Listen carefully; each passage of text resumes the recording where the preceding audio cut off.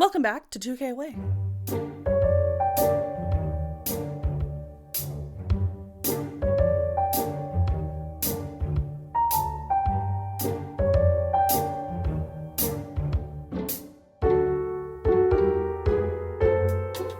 Welcome back to 2K Away.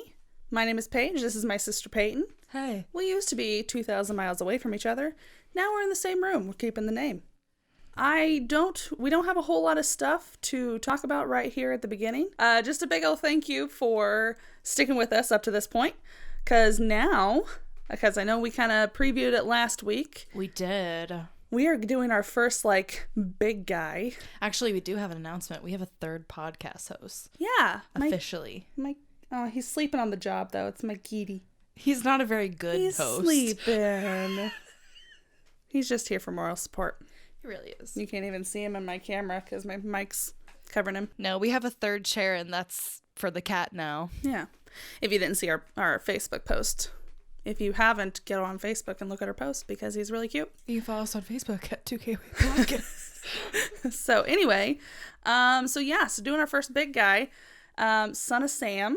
So it's kind of exciting. AKA David Berkowitz. David fucking Berkowitz. Berk. And it's going to be a multi-parter because of course it is. I did the research and got a book.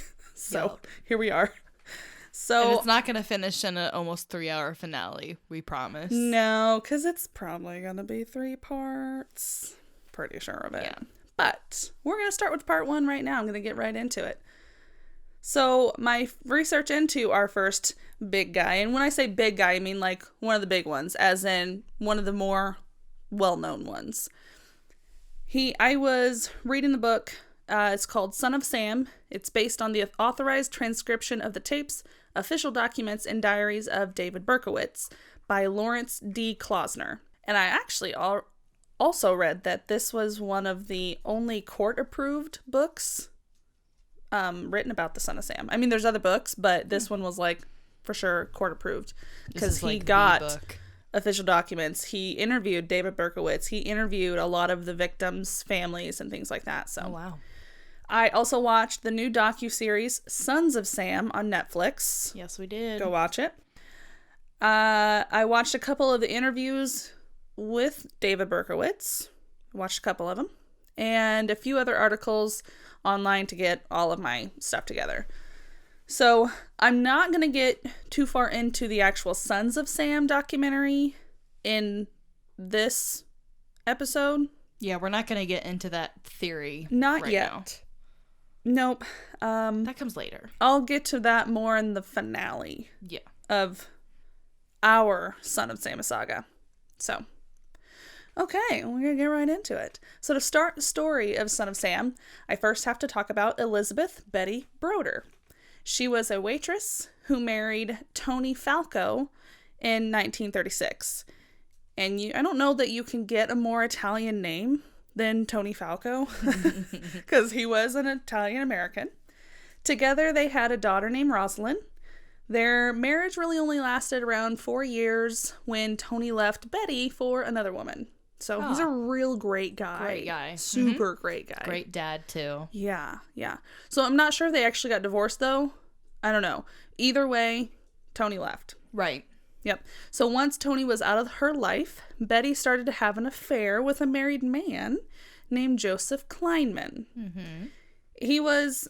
He's possibly on the wealthier side-ish, which also attracted Betty because Betty had really known poverty most of her life because she wasn't from a very wealthy family at all. And then her and Tony didn't have a ton.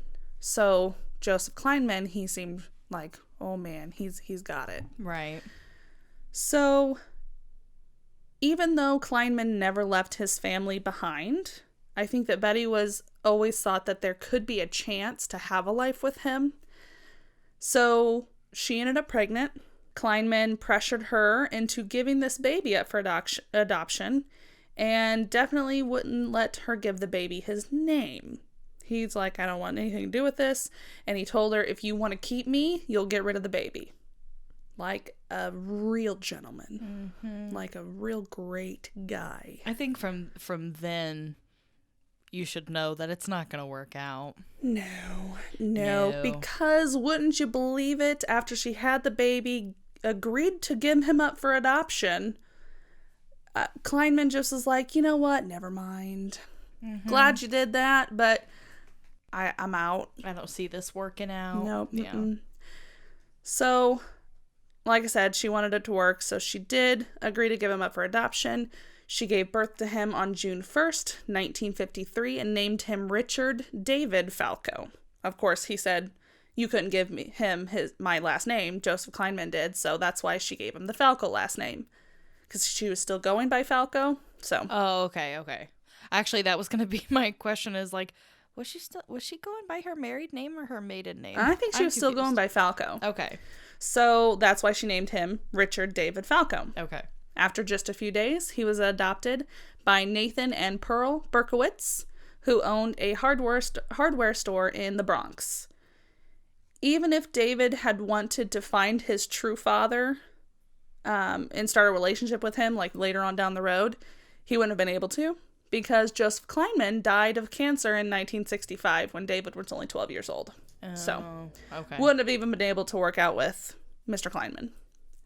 So, Nat, who Nathan is always referred to as Nat, so that's how I'll refer to him. Nat and Pearl, which is precious, by the way. Very precious. I've seen pictures of, I don't know if I've actually seen pictures of Pearl Berkowitz, but I've definitely seen pictures and videos of Nat Berkowitz, and he's the cutest. Precious. He is the cutest. Yeah. So Nat and Pearl were a Jewish couple from the Bronx, and that was actually one thing that Betty was really happy about, that he was being adopted by a nice Jewish family, because she had grown up Jewish as well, so she was happy about that. They weren't able to have children of their own, so that's what they were really excited to be given this opportunity to be able to adopt a baby. So, when they adopted him, they decided to rename him David Richard Berkowitz. So they kept his name, they just reversed it. Oh, all right. So, I mean, okay. All right. Whatever works for you. Yeah, sure. David was very close to Pearl. It was said that he wasn't quite as close to Nat, though, but he had a really close bond with Pearl. There isn't much said about his childhood, though, growing up as much, like, when he's really young. Yeah. Up to about when he was 7-ish. It was at this age, actually, that Nat and Pearl told him that he was adopted. So, it wasn't said that he took it bad or anything like that. He's just always known he was adopted since he was 7. But it was also at 7 years old, that a car hit him, and he got a head injury from said accident. Okay. So that's no good. Because I know that he had always struggled with the fact that he was adopted, but I was unaware of that head injury. Yep, there's a head injury here. Okay. So already off to a great start. Yep. So when people described him as a child, though, they described him as a difficult child and a little bit of a bully.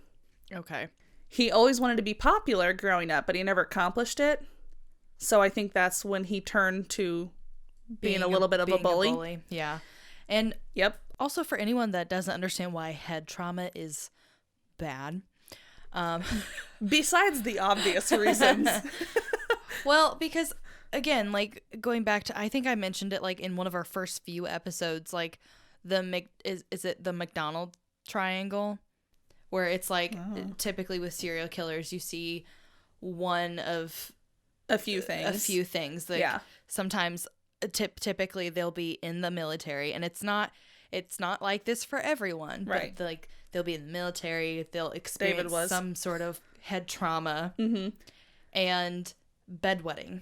Yeah. I think it was another one. Well, and killing animals as children. There's, like, a lot of different things, and head trauma, especially when you are young and still developing into an adult, can be very damaging to your frontal lobe, which is where the personality comes from, and all of your social cues and how you regulate your moods and everything. Right. So, and he was hit by a car, and that's no good, especially that young.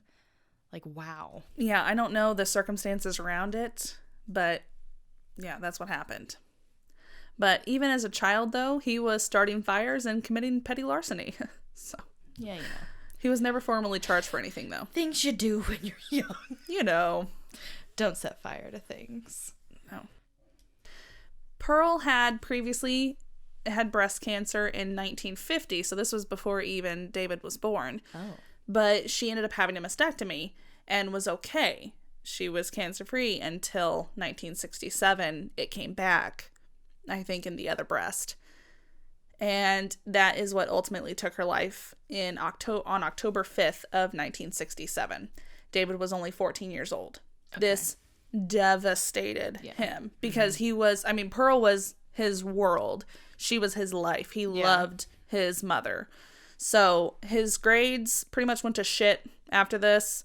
And I'm not saying that he had great grades beforehand, but they got worse. It was no good.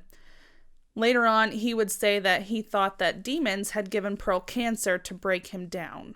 So that's where he thought that the demons started. Oh. And that's going to be a theme for David Berkowitz if you don't know the Son of Sam story. Yeah. So Nat remarried a woman named Julia after David graduated from high school in 1971. And he continued to run his hardware store until 1975, which this breaks your heart, when there was an armed robbery in his store and he was there. So he dealt with robberies before, but this is the one that finally broke him. And he decided to close his store. In the blink of an eye, he closed it, done. And he and his wife decided to move to Florida to get out of New York City and go to an easier retirement. Oh. I'm happy that he did that because that had to have been awful. Yeah. So David joined the Army right out of high school. It was on June 23rd, 1971. And he did a tour in South Korea, but ultimately ended up at Fort Knox in Kentucky until he was discharged. So he ended up qualifying as a sharpshooter with the M16 rifle. He really knew his guns and was good with not only that rifle, but with most guns that he came into contact with. Mm-hmm. He's pretty good with them, unfortunately. Yeah.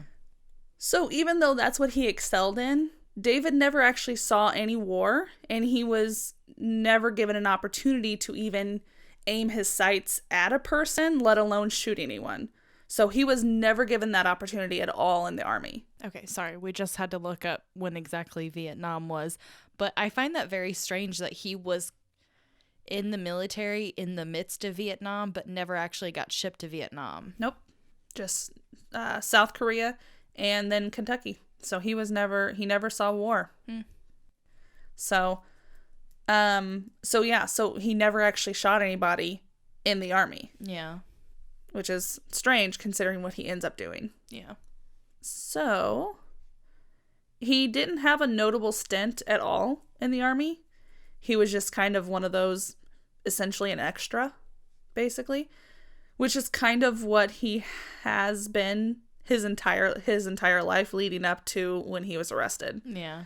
So he never did anything spectacularly wonderful, but then also on the other hand, he didn't cause any mayhem either. He didn't get in a ton of trouble, and he didn't do anything bad or anything like that. He just was there, essentially, filling a spot. He just didn't stick out. Nope. In any positive or negative light. Right. The biggest thing that was on his record was that he was lazy. And that's not going to stick out to anybody. No. You know, he's lazy, so he would show up late to a ton of stuff. Oh, that's me. Oh, totally. But seriously though, that's all he would do. He would just show up late to things. So they were like, "Hey, you got to stop doing that. We're going to go ahead and knock you down a rank." They demoted him? Yep. But then he ended up making it up and went back to the rank that he was. Don't ask me what it was, because I didn't care. So I just knew that they knocked him down one because he was late, like, all the time. And then once they were like, "Okay, so we're going to try this. And if you don't step it up, you're going to go lower." So he's like, "Well, shit." So he did better. And by the time he was in Kentucky, he was back up to the rank that he was. And that's where he left. Wasn't he like a sergeant? I don't know. Again, I didn't care to look. because it's not that important. I guess so. I have so much other stuff. His rank is not important. I was just curious. So, okay, That's really funny that they demoted him for being late all the time. Because he was lazy. That's actually really funny because, I mean, the repercussions that I, like, when I was, of course, this is not the military, but when I was in high school, like, my senior year, finally, I was late nearly every day the first semester of the class I was in, and the teacher would at first give me marks, but then she stopped because she's like, this is doing nothing. And I was like, you're right, because I like sleep. And by that time, you were living in the town we went to high school in, you fucker. I was less than 5 minutes away from school. I never got that luxury. Well, I passed her class with an A, so she shouldn't be that upset. Whatever. Although David says differently, he didn't really fit in much with his fellow soldiers. He was never alienated or anything like that, never really made fun of or anything like that, but he never joined into the parties and conversations. He never went into that stuff willingly. So he just didn't, I don't want to say fit in, because that's not the case. He just didn't join in, is I guess how I can put it. So he tells a lot of lies and stories about his time in the Army that therapist likens it to that of a 10-year-old trying to sound cool and be one of the guys. So that's kind of how he describes his time in the Army. Like, oh yeah, we'd go and do this and we'd go and do this. And, you know, some of the women in Korea, I'd go and, you know, do this, but, you know, I wouldn't do that. But some of the guys would go off and do this thing. I wouldn't do that, but I'd do these other things with them. If you read the book, it goes into a lot more detail, but that's kind of what he was saying, like. Okay. So, like, okay. I thought I was cool when you weren't. Yeah. So, he ended up being honorably discharged on June 24th, 1974. Okay. So, once he was discharged, his dad was already in Florida with his new wife that David didn't particularly get along with. So, he's like, don't want to move with you guys. Instead of joining his dad there, he decided to go back to New York. He found himself a 1-bedroom apartment in the Bronx and started taking some classes at Bronx Community College while starting a job at a security place. So, like, had some things going for him. He really did. Yeah. And then he had to just fuck it up. Completely fuck it up. Yeah. You know? So it was during this time that he found his birth mother, Betty, and his half-sister, Rosalind. And I don't know how he did it. I think it does explain it to it in the book, but I kind of forget what it said. I think he was looking up adoption records or something like that. Yeah, he did actively search for her. Yeah. And he had for a while, but now it's when he got back from the Army is when he finally found her. Yeah. So I'm not really sure where the narrative of his birth mother rejecting him came from, because that's not what happened at all. Really? It's not even kind of what happened. Really? They had a wonderful relationship. Him and his mother and his sister. So he saw them often. He talked to them often. Their first meeting was at his sister's house. And his sister was married with 2 kids at the time. And even her kids loved him. They all referred to him as Richie, because that's the name that Betty gave to him. Yeah. And like Rosalind's kids called him Uncle Richie, and they were all always excited when he came. He would bring them things. So and David even talks about it now, how he did have a great relationship with his mom and his sister. So I really have no idea where that narrative came from. I don't know if it was just the media playing a role in that, which quite possibly could have been. Maybe. But I honestly have no idea where that came from. But I don't even think that he even said anything like that. And all the stuff that I've seen, I have no idea. I have seen it on a couple articles that I read online, but I just don't know where it came from. So, I don't know. That is weird. Yeah, because everything that I've usually heard about David Berkowitz is he found his birth mother. She kind of wanted nothing to do with him. And then that's when he found out that he was born out of wedlock. Yeah, he learned. And that was like a big issue for him. He learned how, the circumstances around his birth. Yeah. But he didn't seem to have an issue with it. Not like everybody makes it out to be. Okay. Yeah, because for of everything that I've heard, I hear that he met his mother. She wanted nothing to do with him, and found out that he was born out of wedlock, and that was kind of his like hinge moment, where that's when the table started turning and things started going haywire. Yeah. No. That's no. weird. He continued to have a relationship with his mom and his sister, continued to see them and talk to them, the whole nine. It was actually David who ended up straying away from his newfound family for no reason it seemed. It wasn't them saying, no, we don't want you anymore. He just started seeing them less and less because he started killing people. Okay. So, we'll get into that in just a moment. Huh. Actually, it's going to be a minute before we get to him killing people. Yeah. Sorry. So from the time that he was discharged from the army up to the time he was arrested, David set 1,488 fires total that they're aware of. Yes. So he had a little bit of a fire bug. Just a little one. He's like, I like the fire. So during a search of his apartment when he was arrested, they found an arson journal that he kept. And it was like 3 notebooks full of all of his fires that he set. And seriously, it was so well kept. I don't know, because that's the other cool thing. They actually had a picture of a couple of his journal entries in his notebook in that book that I got, that I was talked about. Yeah, so Wow. You got to see it. Was it like December 1st, 1971? Hold I on. set fire to the CVS on the corner. Yes. Really? They were very specific and meticulously done. He wrote them in chart form. So like notebook sideways, each line he's got them lined off.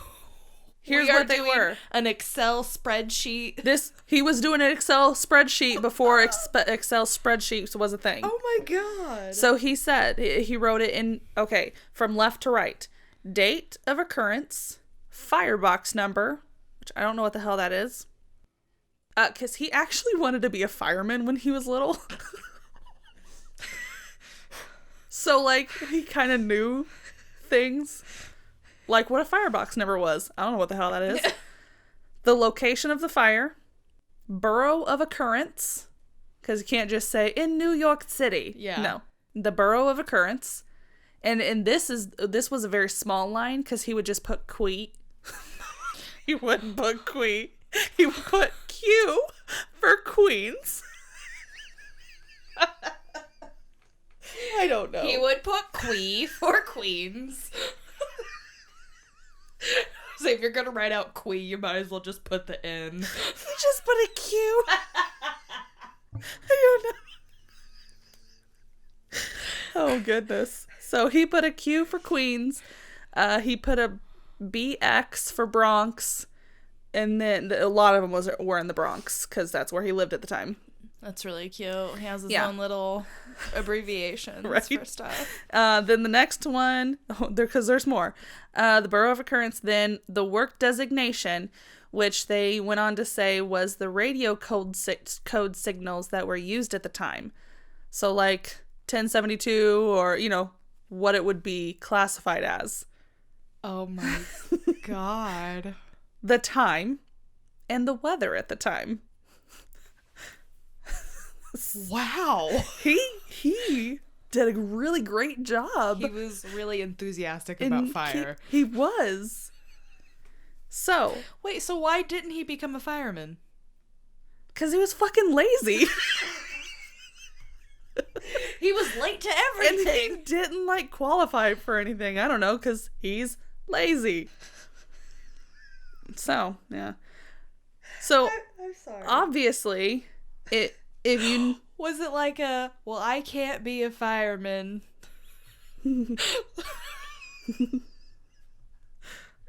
I don't know. Is it like if you can't beat him, join him sort of thing? I don't know. You'd have to ask him. Well, if I can't be a fireman, then I'm going to be the fire. You will turn into the fire. Okay. So, if you know the timeline of events of the shootings, then you would know that he would not have the time to just set like one fire a night when he set almost 1,500 fires. So he would set anywhere from 3 to 4 or even more fires in one night most of the time. And they would later see some of these fire scenes would match up to the areas of the shootings. Question. Was this a journal that he just took with him everywhere? I don't know. They just found these at his apartment after he was arrested. Because what's bothering me It's probably something weird. Unless you have it with you, how are you going to remember everything when you get home to write it down? Just because he was Especially lazy. all that. Hey, just because he was lazy does not mean that he didn't have a good memory. I guess, but still. Listen, if you're keeping that good of a diary of your fires, I think you'll probably remember each fire. I mean, in a night. If you've set over 1,400, how do you pinpoint, like, oh yeah, that was a good fire?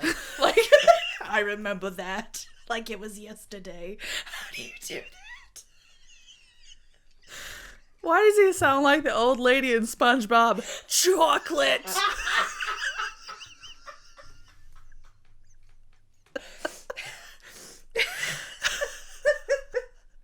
I like chocolate and I start fires.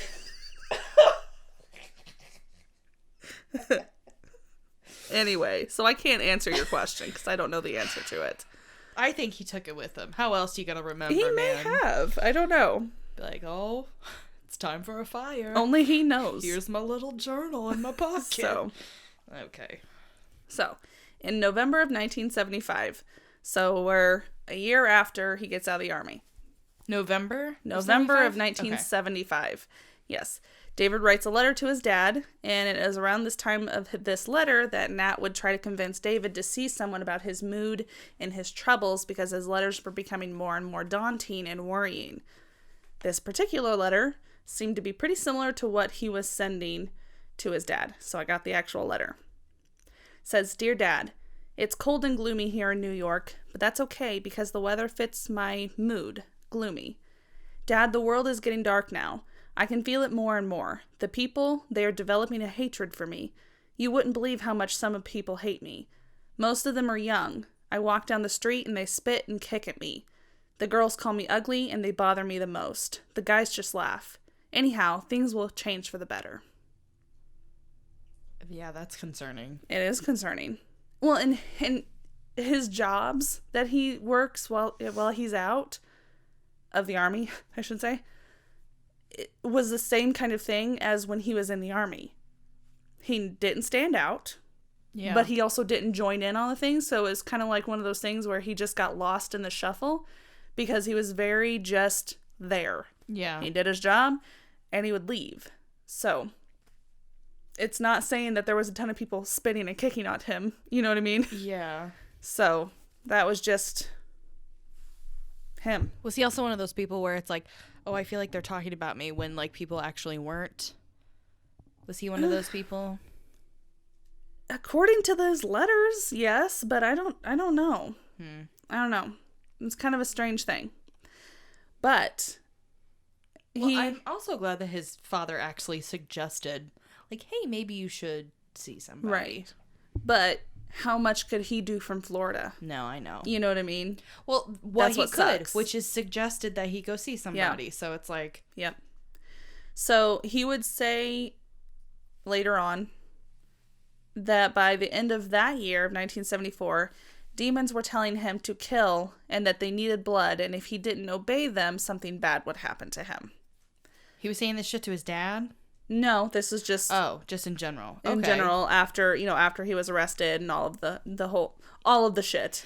Yeah. So. That's, no. On the night of Christmas Eve, 1974, he grabbed a hunting knife with a 4-inch blade that he had and left his apartment. He would drive until he, quote, heard the voices telling him he's found the right person or not. When he saw a woman by herself leaving a supermarket in the Bronx, all of a sudden he heard the demons telling him that she was the one and that he had to obey them. He parked his car and started following her. Now, it's Christmas Eve in New York. It's cold. Yep. So she had a big coat on. So a ton of sources say that he had this ambling, lumbering kind of way that he walked and ran. So he even looked lazy when he ran and when he walked. Honestly, from the videos of him getting arrested and them escorting him with all through the crowds of people, I could see it. You can see it. He has. I don't want to say that he's hunched over, but just very like a big brawny oh. Yeah. Sorry that anyone that can't see my what I'm doing. And Sorry. It's not even like he's a huge guy. A lot of sources, even way back then, they would say he's this huge fat guy. He's not. He's over 6 feet tall, isn't he? He is not, actually. He's not? He is 5'8". He's 5'8", and he was over 200 pounds, but he wasn't I mean, it's just because when you're a little shorter, you look a little stockier. Right. That's all it is. Right. Yeah. But I mean, it's not like he was ginormous. No, he wasn't. He was just lazy. So, but once he got close enough, he grabbed the knife from his belt because he hid the knife in his belt with his jacket over it, so that it was hiding the handle. He brought the knife up and did a downward stabbing motion on her back, the middle of her back, a couple different times. And he would say that he could feel the coat tearing with the knife. And since she was wearing a heavy coat, he wasn't even sure if he even fully penetrated the coat. Yeah.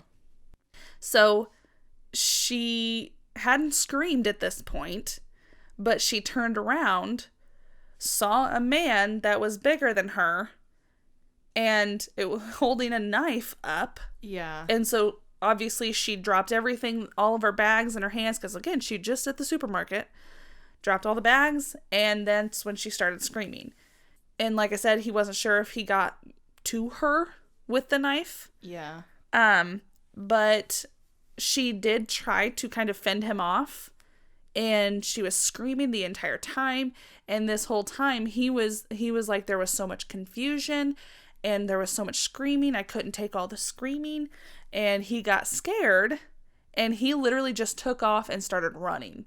He even ran past his car. He just literally kept running.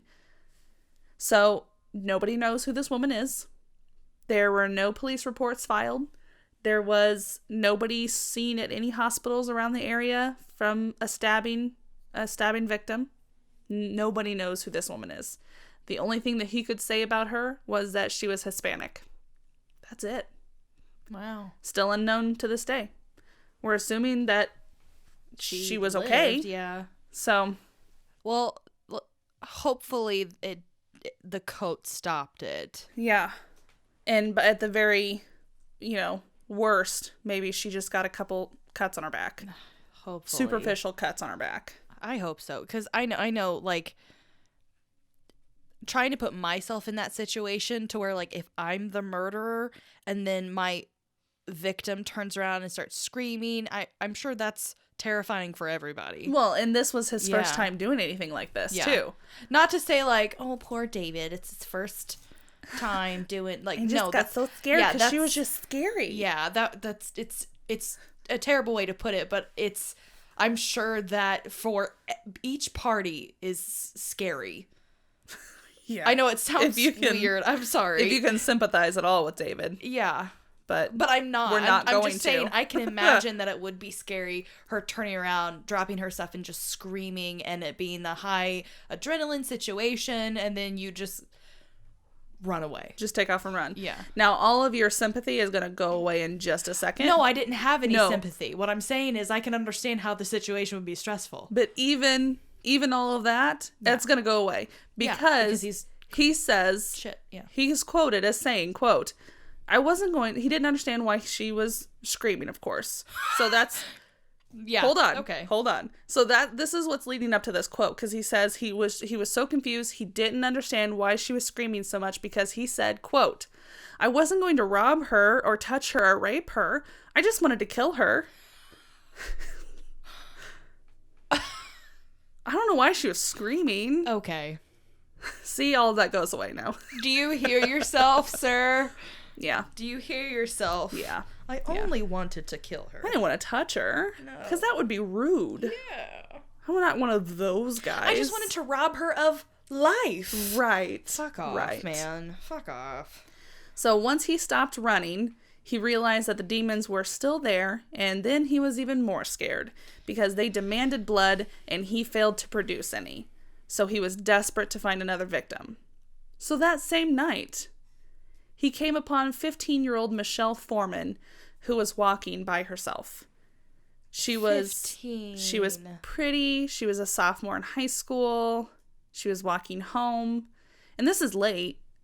I don't know if it wasn't Christmas yet, because all of these were technically on the 24th. All of these two were technically on the 24th.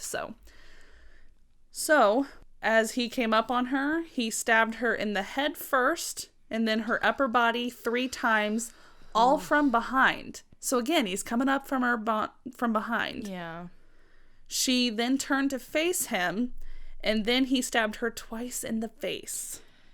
Ooh. She tried to fight him off. Because she started screaming, she's trying to fight him off.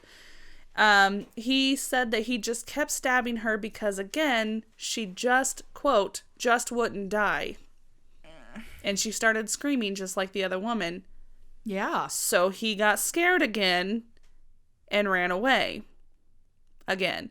And I did read in the book, too, that she was trying to make him face her. She was trying to get him to look at her so she could see his face. And even as he turned to run away, she was already on the ground at this point. Because she was upright for most of it. And then finally, once he stabbed her in the face, she fell to the ground, was bleeding. She even grabbed his leg as he's trying to run away so she could try to figure out who he is. Because, of course, she has no idea who he is. No. No, this is just a woman at random, This is a child at random. Well, then she's braver than I can even... Oh, just wait. Because she ended up being able to... She was so close to her apartment building. She crawled to her apartment building and was almost to where the buzzer was for her apartment and, basically passed out from all the blood loss. So... Oh, my God. Yeah. So, like I said... David got scared again. He ran away. He was thinking that this wasn't at all like the movies where you stab someone once and they just fall down dead. He thought it would be like the movies. Because he's a fucking dumbass. Oh my God.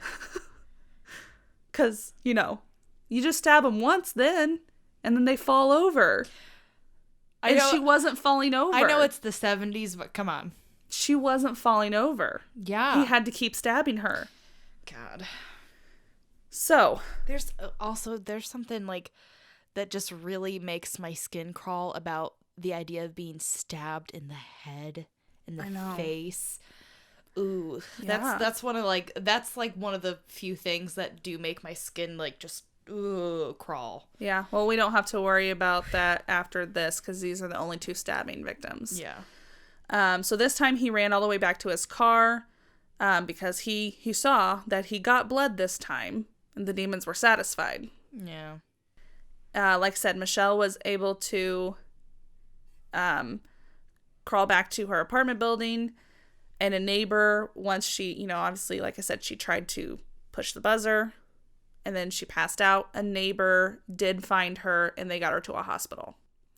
While Michelle was being taken to the hospital with 6 stab wounds and a collapsed lung, David was hungry, so he went for a burger after he stabbed a 15-year-old 6 times. That is a child. Michelle was hospitalized for 7 days, but she lived. Yes. So, good on her. Because she's a badass. She is. She truly is. All that she was able to say about her attacker, which is hilarious, was that he had a sluggish gait and he had dark hair. So that's all she was able to get out, because it was dark. Well, she's right on both counts. So, yes. Yeah. So I'm like, there you go. That's David Berkowitz right there. Because he's lazy. Because he's lazy. Jesus. So, about a month later, January 1975, he signed a 2-year lease and moved into what was described as a 2-family house. I don't think he actually moved into their house. I think it was one of those situations, it was either a basement apartment or an apartment over a garage. Like an attic apartment kind of thing. Something. Yeah, okay. It's not really explained, but that's how it's explained. So the landlords were the Casaras. They were an older couple and they had a German Shepherd dog. I think this is when he decided that demons lived inside dogs because they would bark and howl. And that's the demons barking and howling. Of course. The howling was the cry of the demons. You know what makes sense? And, I'm on board with it. Yep, the howling was the cry of the demons requiring the blood of women. I don't know why women specifically. Okay. And he could never really say why women specifically. But yeah. The demons never explained. They didn't. That's the thing with the demons. They just are not very specific on what they're needing. They're real vague. They are very vague. So he ended up only living there for 3 months, even though he signed a 2-year lease. Because, the demon in the dog was, shooing him away. He had to get away from it. And he actually, this will come out later. You said actually. Actually. I'll kind of talk about it later, because the Casaras will come back into the story. He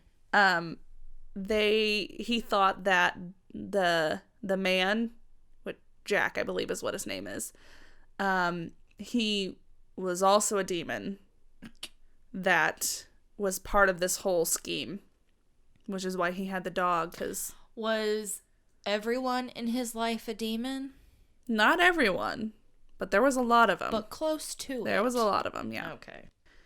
So, after he moved out of there, he moved to his apartment at 35 Pine Street in Yonkers on April 28th of 1976. Mm-hmm. And this is the last place that David will live till he goes to prison. Outside of prison. Yep. In this apartment, David wrote crazed messages all over the walls and covered his windows in blankets, or with blankets. So he's really trying to isolate himself. Yeah. That sounds like a healthy mind to me. Yeah. Oh, yeah, it was no good. He really should have taken his dad's advice, because clearly he needed something. Very clearly he needed something. Yeah.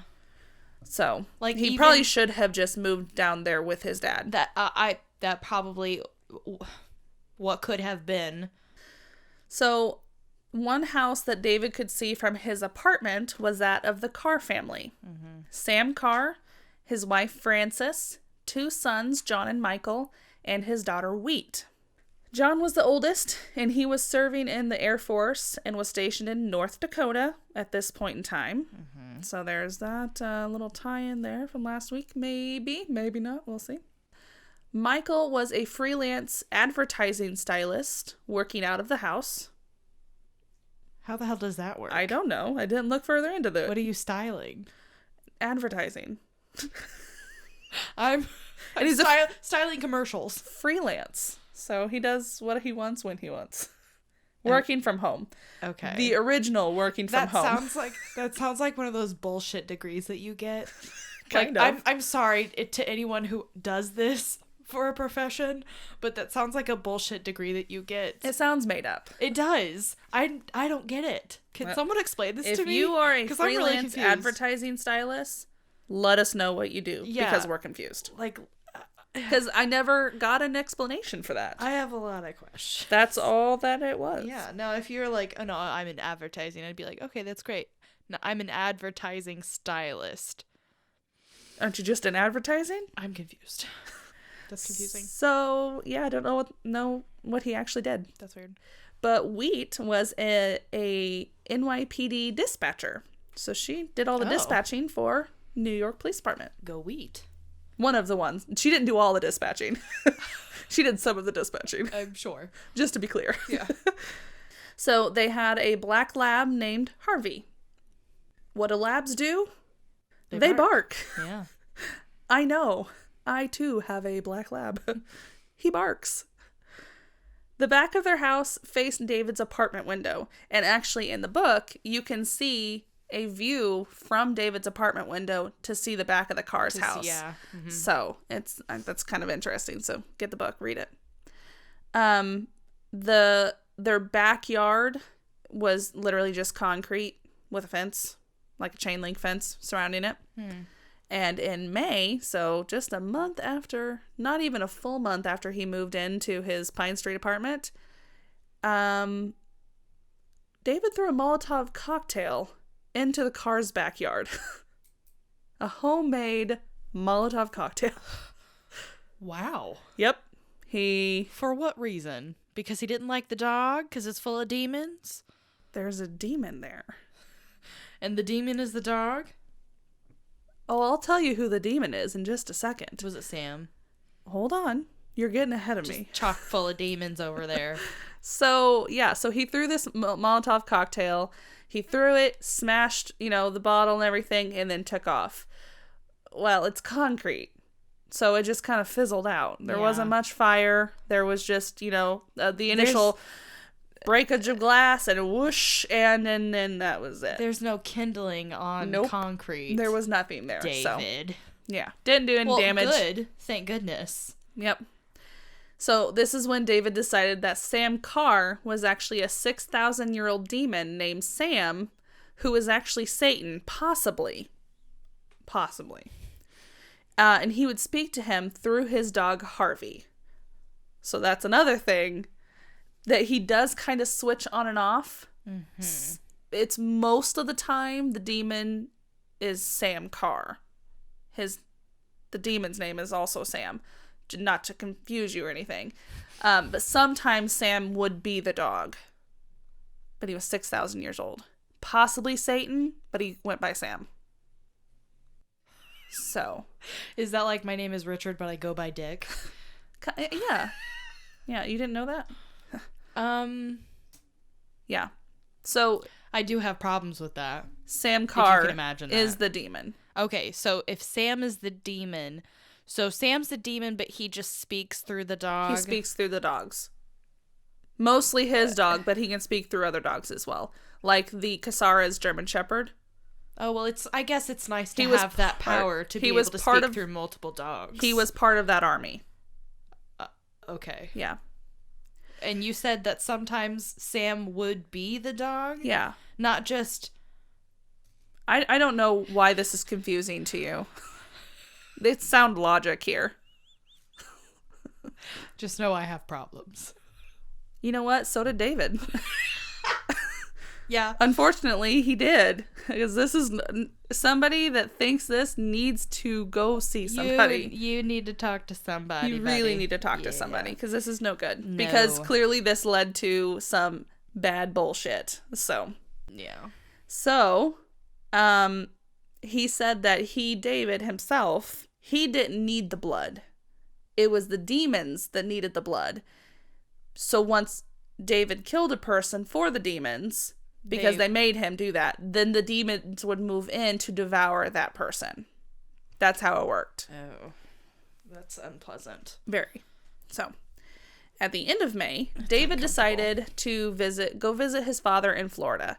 He thought he could escape the demons for a while down in Florida because they were so loud in his apartment, and there was one of his downstairs neighbors that we will get into as well.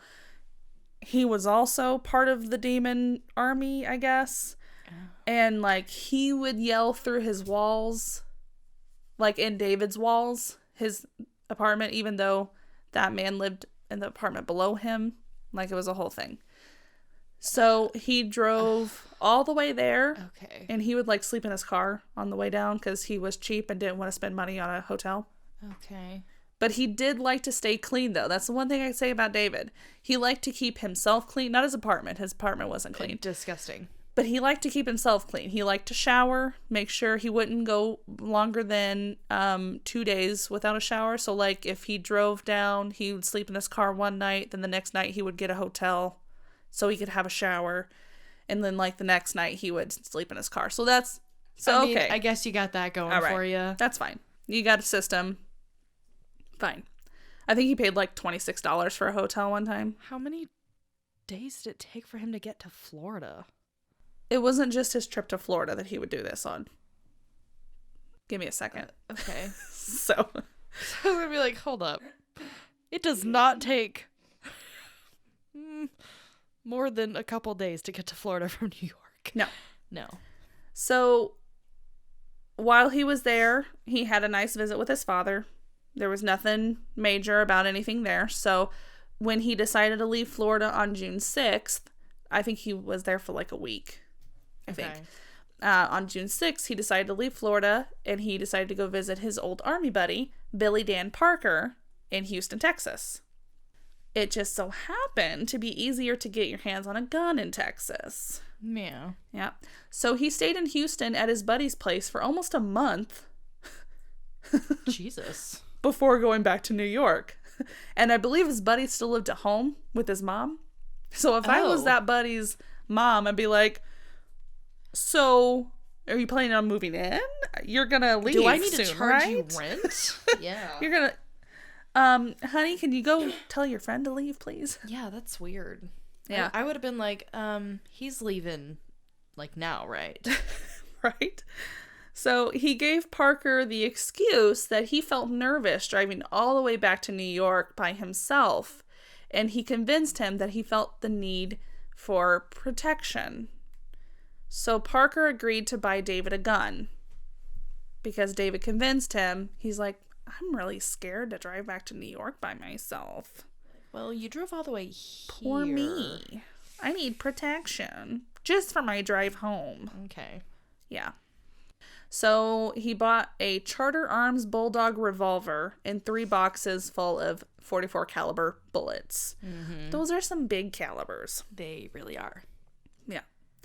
So I'm not entirely sure why he felt the need to buy another gun while in Texas, because at home waiting for him was a 12-gauge Ithaca Deerslayer shotgun, a commando rifle, 2 .22 caliber rifles, a Charter Arms AR-7 Explorer, and a Glenfield rifle with a telescopic sight. You know why he decided to go with that one that he got in Texas? Because he needed that revolver so that he could easily hide it in his jacket. That's literally what I was getting ready to say. So I had that. It's not really super easy to hide a rifle in your jacket. Yep. Yep. So that's literally my next point in this. Plus, a gun would be less personal and messy, unlike his failed attempts at stabbing. Because he did not like how the stabbing thing went. Obviously he needed to kill somebody else because the demons were telling him to. But man, stabbing, it wasn't like the movies. It was not what he thought it would be. No, it's not. So he needed to shoot him instead because it was less personal and less messy. He wouldn't get his hands dirty. So he quits his his security job when he gets back to New York. And they didn't fire him for being gone for like more than a month? You know what? Apparently they didn't. It was a great company to work for, I guess. You know what? He'd been there for a year. He'd been there for a year. So he got some vacation time. You don't know. Oh my God. So he just decided to be jobless for a while.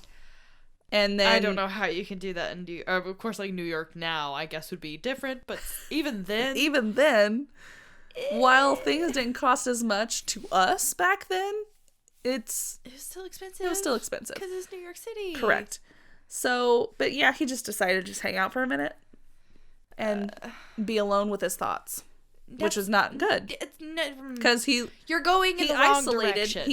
He completely isolated himself. Yeah, like you're taking a step back, honey. I think you need to be out with the people. Well, he did, because then he started driving a cab for a minute. But that only lasted a few weeks. And again, then he quit. But you're still not with the people. No, I mean, you get to meet all kinds of people, I guess. Yeah. I don't know. I wouldn't. I don't know. Not a good choice. Not for him. No. Because that just made him more familiar with all the streets that he would prowl at night. Yeah. No, go be with the people. Yep. So he really, honestly, he just ends up job hopping for quite a while. He'd go from job to job until he finally settled on being a mail sorter at a post office. This ends up being the last job he'll ever have outside of prison. Because for some reason I thought that he was a mailman. No. But I knew he worked for USPS. Yeah, no, he was a mail sorter. So he didn't actually venture out. He was just in the mailroom and stuff. Okay. So, all during his job hopping, he would go out with his bulldog revolver and a brown paper sack at night and hunt to try to find somebody to satisfy the demons. So that brings us to Donna Lauria. She was 18 years old. She had dark shoulder-length hair. She lived at home with her parents and 2 brothers and her dog named Bo. I think it was a little thing. She had medical issues as a child. She ended up having surgeries to correct the medical problems. I don't know what they are, but something. Had surgeries, and she ended up fine. After she graduated from high school, she was a medical technician with the Empire State Ambulance Service and was preparing for examinations to get officially qualified as a paramedic. Oh. Her family would go on to say that her touch was infused with a kind of magic. Stop. I know. And she was beautiful. I saw the picture of her and her little Seriously. dog. And her hair, it wasn't like totally shoulder length. It was like, didn't really go past her chin, but so pretty. So Donna and her friend Jody Valenti, she was 19 at the time and she was a nurse. I think she knew her from where she worked. They had gone out earlier in the evening of July 28th, 1976. They stayed out until about 1 a.m. on the 29th when Jody drove Donna home in her Oldsmobile. They were parked in front of Donna's house just talking about their evening. David was cruising on this particular night trying to find someone that the demons wanted. He spotted the girls, and the demons yelled louder once he was near them, just like they did when he stabbed the first 2 women. He parked down the street and he walked toward the car. He went to the passenger side. He squatted down, and it was said that he rested his elbow on his thigh when he squatted, both hands on his revolver, and he shot his gun 5 times, completely emptying the chamber. He ran back to his car when Jody started screaming. Donna was hit once on the right side of her neck and died instantly. Jody was shot once in the thigh. Donna's father rushed outside of the house. Both girls were rushed to the hospital. The only thing that Jody could say was that she didn't recognize him, but thought he may have been about 5'8" and 200 pounds. He was white. He had short, dark, curly mod-style hair, which I don't know what mod-style means. I don't know, that's what she said. And possibly in his 30s. But, I mean, really? For not knowing who he was. And that's a pretty damn good description. It's a pretty good description for catching that in this outrageously hectic situation. I mean, you were just fucking shot. And especially your best friend was just shot. And especially someone that you may have only seen for a couple seconds. Mm-hmm. Because let's face it, he ran away after this. Mm-hmm. So... Yep. Donna's dad seemed to corroborate that and said that he had seen an unfamiliar yellow car cruising the area. David drove a pale-ish yellow, wasn't like the bright yellow, 1970 Ford Galaxy. Donna's boyfriend... Was it like a Ted Bundy Volkswagen color? Yeah, I think it was a little bit more yellow, though. Oh, okay. Because I know Ted Bundy's was it was like a real pale... Yellowish tan. Yeah, but I think his was a little bit more yellow. Okay. Donna's boyfriend was looked at first as a suspect, and then a friend of Jody's as well, but they were both easily dismissed. Then literally just grasping at straws, the police thought it may have been mob-related. They thought that this was a mob hit gone wrong, like a hitman that had made a mistake. But again, that's a stretch. That was dismissed as well. And then they had nothing. Yeah. Donna's mom, Rose Loria, this is going to destroy you. She gave a statement years later to Mr. Klausner, who was the author of the book that I mentioned, about the reporters that would hound their house that afternoon. The afternoon of the day her daughter died. She says, quote, "I mean, you can't rehash. A person had just taken part of my life away. It's a part of my heart that was gone. Some of the people would say, I'm sorry, it's my job, but why do they have to keep prying and prying? Somebody was out there who had done a killing. A sick man. He killed a girl, a woman, a child." I mean, seriously, just destroy me. Yeah. David didn't even know that Donna had died until he saw it in the paper the next day. Literally, that's how he found out that he killed one of the women. One of the girls in that car.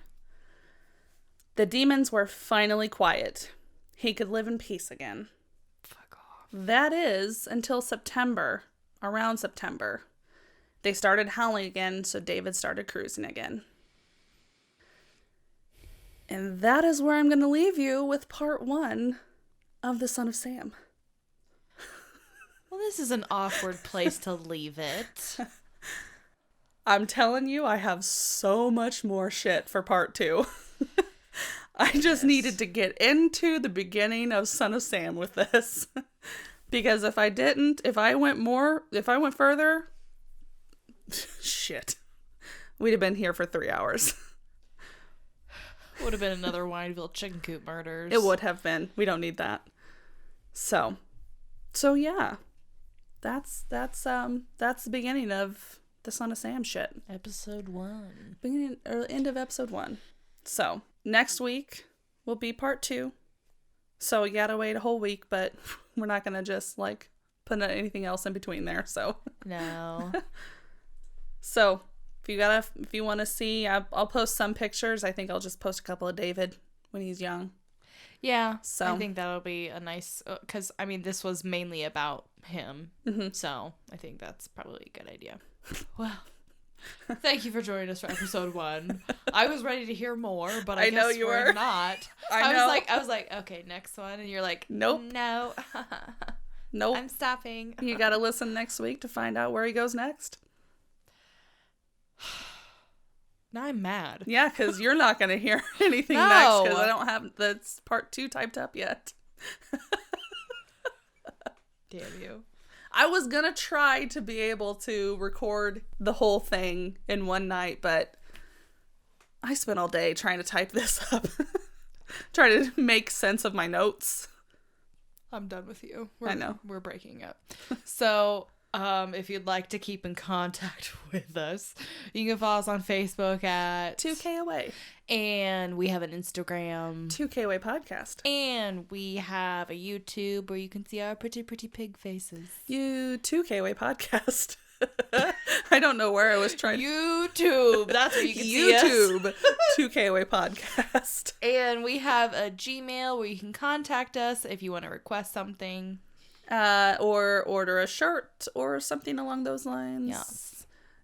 A shirt, nothing, not something along those lines. A shirt. 2kwaypodcast@gmail.com. Yes. And thank you for joining us this week for part 1 of David Berkowitz, The Son of Sam. Of possibly 3 parts. Most likely 3 parts. 3 parts. Let's just be safe about it. Yeah. It's a 3-parter. Yeah. It's our first 3-parter. I know. The Wineville chicken coop murder should have been our first 3-parter. Should have been. But I was just like, I'm doing this now. So. All right. We will see you all next time. You weren't saying anything. I'm tired, man. Well, Peyton's gonna go to bed, and we will see you all next week for part 2. Yes. Bye. Bye.